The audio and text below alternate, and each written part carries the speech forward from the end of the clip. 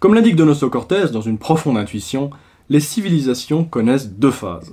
L'une, qu'il nomme affirmative ou même progressive, parce que dans cette première phase, la civilisation repose sur des affirmations, et l'autre, qu'il nomme négative, parce que la civilisation repose alors presque exclusivement sur des négations.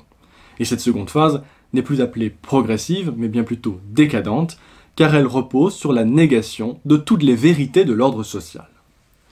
Dans le contexte qui était celui de Donoso Cortés et qui est celui qui nous occupe aujourd'hui, la phase affirmative de la civilisation occidentale européenne est celle du catholicisme. Pour Donoso Cortés, le catholicisme fut et demeure la force affirmatrice par excellence, celle qui sut donner à la société européenne les bases et les valeurs nécessaires à son édification.